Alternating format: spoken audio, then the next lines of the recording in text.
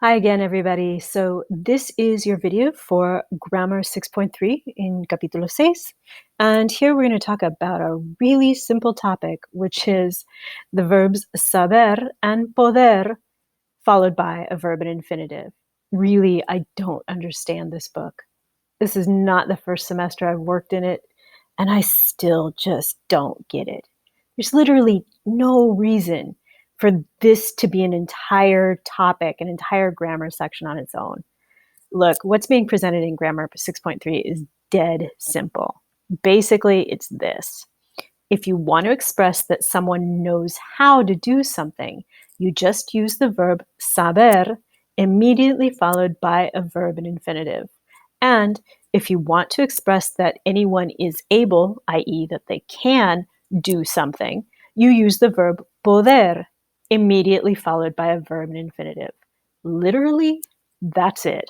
This is going to be, along with Grammar 6.4, some of the shortest videos I have made for you because I don't have anything to say, really, except again, that if you want to express that someone knows how to do something, you use the verb saber immediately followed by a verb in infinitive. By the way, we never, ever translate the how part of knowing how. You don't ever say things like, ella sabe cómo. No, there's no how.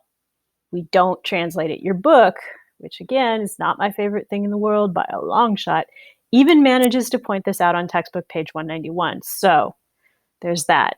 It's just saber immediately followed by a verb in infinitive. Yes, I know in English we include a how. Hey, guess what? Spanish isn't English. I swear it's not. So the only thing remotely special about saber is that it has an irregular jo form in the present tense, and you must memorize it. It is sé, and it has to be written with its accent mark on the E. Otherwise, if you just write S unaccented E, that's not a verb at all. That is a reflexive pronoun, a third person reflexive pronoun, as we learned last chapter. So the jo form of saber is sé. It must carry a written accent mark. And you have to memorize it. There's no way that you will come up with the correct yo form of ser through the normal conjugation process. That's what makes it irregular. Anyway, all the other present tense forms of saber are completely normal. This is just an ER verb. It can't have a stem change because there's no A to anything stem change in the language. And so its forms are, if the subject is tú, sabes. If the subject is él or ella or usted or any singular noun, sabe. Nosotros sabemos. And ellos, ellas, ustedes, any plural noun, any series of singular nouns joined by the conjunction e, meaning and, your form is saben, right? It's just stem and ending, y'all. Stem, SAB, plus tu form ending, es, tu form, sabes. Stem, SAB, plus third person singular ending, e, third person singular form, sabe, right?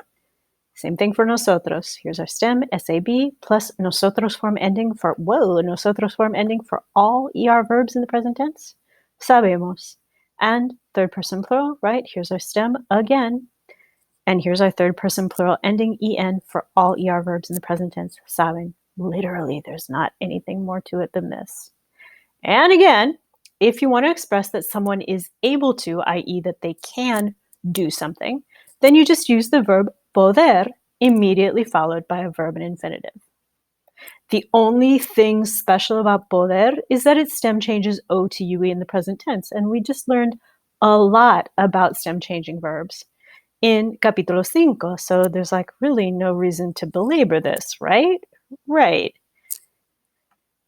So here's those forms.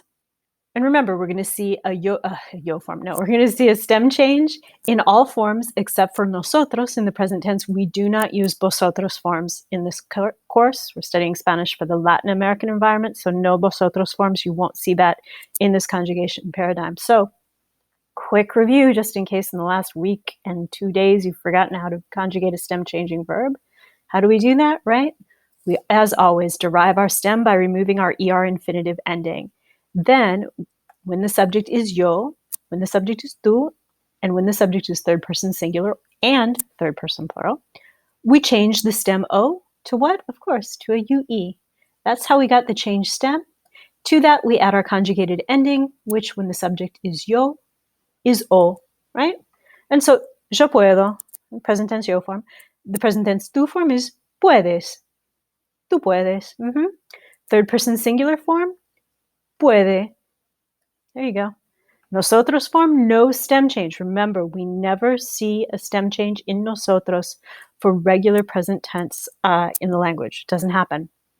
And so that's why our nosotros form is podemos. Do not change the O to a UE when the subject is nosotros. Why? There's a really good reason for this. Stem changes can only happen in the syllable that carries voice stress. And when we have words that end in vowels or N's, like third person plural verb conjugations, or S's, our natural voice stress falls on the second to last syllable. Oh, and looky there, stem change happens. Voice stress falls on this syllable, stem change happens. Voice stress falls on this syllable, stem change happens. Let's look at nosotros for a minute. This word ends in an S. Your natural voice stress falls on the second to last uh-oh. Our voice stress isn't on the syllable with the O anymore. And guess what? No stem change. This is true. I am not making this up. This is why it happens this way. So, long story short, never a stem change in any nosotros form in the regular present tense. Nosotros podemos. Right here, no stem change. And finally, our third person plural form, when the subject is ellos, ellas, ustedes, any plural noun, any series of singular nouns joined by the conjunction e meaning an, our conjugated form is pueden. Stem change showing, and correct third person plural ending for ER verbs, en. There's really nothing more to it than this. Let's take a look at some example sentences. So let's look at conjugated saber plus a verb and infinitive for knowing how to do something. It's things like this. Mi exnovio sabe bucear muy bien. This is true, he does. Sé hablar italiano. This is true, I do. I do know how to speak Italian. It's just conjugated saber immediately followed by a verb and infinitive. And one last example. This is just a question. ¿Sabes cocinar? Do you know how to cook? And notice, yeah, it's do you know how in English. But again, English is not Spanish, and the sooner you accept that, the easier Spanish too will be. It's just conjugated saber, here it's the tú form, followed immediately by a verb and infinitive. That's all that's going on here. And let's take a look at some example sentences with conjugated poder plus a verb and infinitive for saying that someone is able to do something, someone can do something. Here's an example. Puedo escribir los versos más tristes esta noche. This is actually the first line of a beautiful and very, very famous poem called Poema 20. And it's written by the Chilean poet that we're studying in this chapter, Pablo Neruda. It is also one of my very, very favorite poems in the whole world. And I highly suggest you let your fingers do the walking through Mr. Google and that you find it is a beautiful, beautiful poem. And you have the language level to understand it. But in any case, what do we see here? We see conjugated poder immediately followed by a verb and infinitive. What this line means is, I can write the saddest lines tonight. That's what this means. But we're focusing on the structure. Conjugated poder plus verb and infinitive, puedo escribir. All right.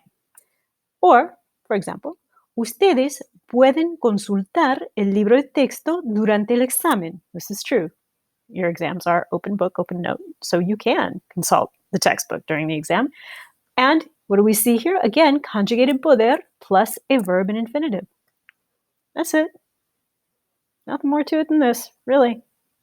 And finally, one more example, just so that we see one more time that nosotros forms of stem changing verbs never stem change in the present tense, right?